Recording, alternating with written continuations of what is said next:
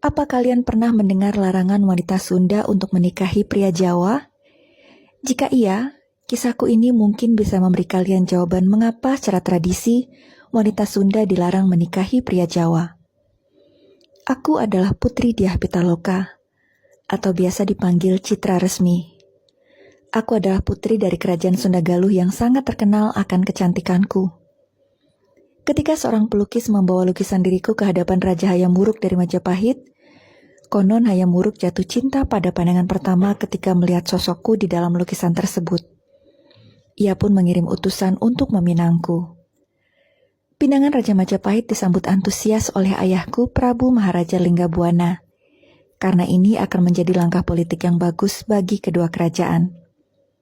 Ia menerima syarat agar pernikahan dilangsungkan di Majapahit. Pada tahun 1357, aku, ayahku, beserta rombongan tiba di tanah Jawa setelah berlayar melalui Laut Jawa.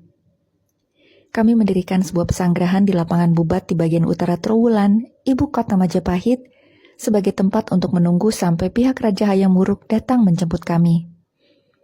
Akan tetapi, pernikahan agung yang diharapkan bisa memperkuat kedua kerajaan justru berakhir tragis, karena Mahapati Gajah Mada datang dan mengatakan bahwa pernikahan ini adalah bentuk penyerahan kerajaan Sunda kepada Majapahit. Merasa dipermalukan, kami pun memilih untuk berperang melawan kerajaan Majapahit demi mempertahankan kehormatan kerajaan.